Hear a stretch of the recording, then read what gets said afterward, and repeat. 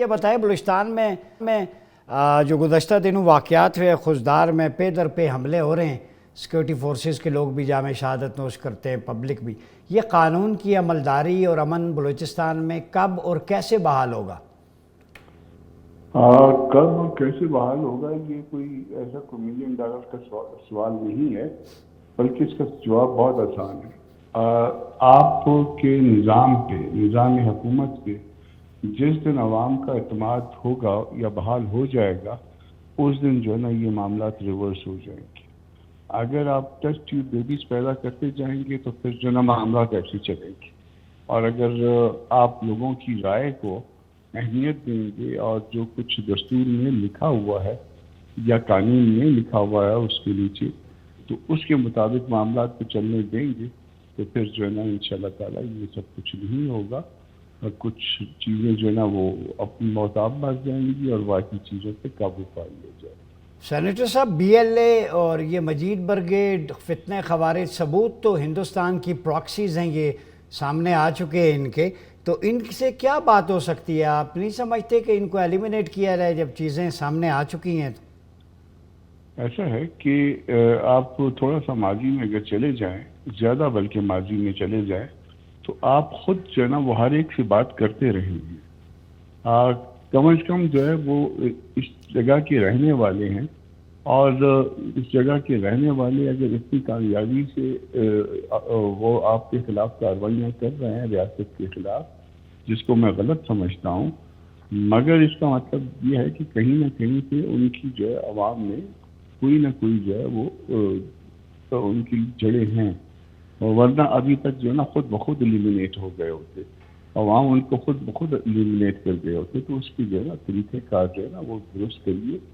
ایک سیاسی عمل ہے، سیاسی عمل کو جو ہے ایمانداری پہ مبنی بنائیے۔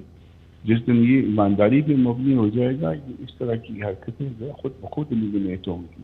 ہر چیز کو طاقت کے بل پہ ایلیمینیٹ کر بھی لیں آپ، تو اس کے باوجود جو ہے نا وہ چنگاری کہیں نہ کہیں سلگتی رہتی ہے اور پھر آگ پکڑ لیتی ہے۔ تو سب سے بہتر طریقہ اس کا سیاسی ہے۔ اچھا سینیٹر صاحب، بلوچستان کی گورنمنٹ اسمبلی بھی موجود ہے، وہاں کے وڈیرے لارڈز باہر ان کی پراپرٹیز ہیں، یہاں اسلام آباد میں، تو پورا پراپر پیکج تو انہیں جاتا ہے، اب وہ عوام کو سہولیات میسر نہیں کرتے، اس میں پھر ریاست کا قصور تو نہیں ہے کہ آپ ہتھیار اٹھا لیں؟ ہتھیار اٹھانے کو کوئی بھی پسند نہیں کرتا۔ امن جو ہے اللہ پاک کی نعمتوں میں سے ایک ہے۔ جی جی، جو لوگ جن کو آپ نے ساتھ ملایا ہوا ہوتا ہے، صرف وہی جو ہے نا اس لوٹ مار میں شریک ہے۔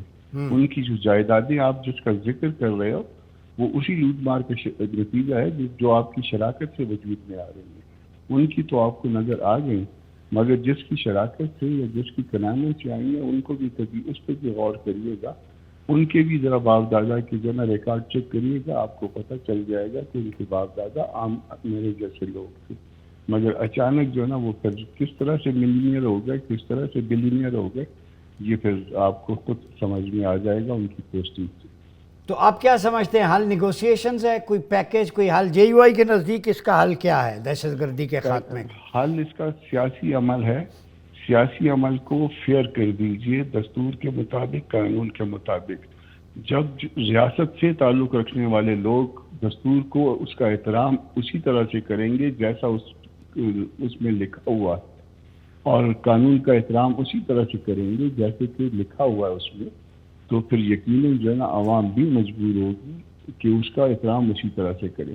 ادارے اگر اس طرح سے اس قانون اور دستور کے مطابق وجود میں آئیں گے تو یہ دہشت گردی اور اس طرح کے مسائل جو ہے ایلیمینیٹ ہو جائیں گے، ان کو عوام خود نکال دے گی۔ اب اس وقت کے جو نمائندے ہیں ان کے اوپر لوگوں کا اعتماد نہیں ہے۔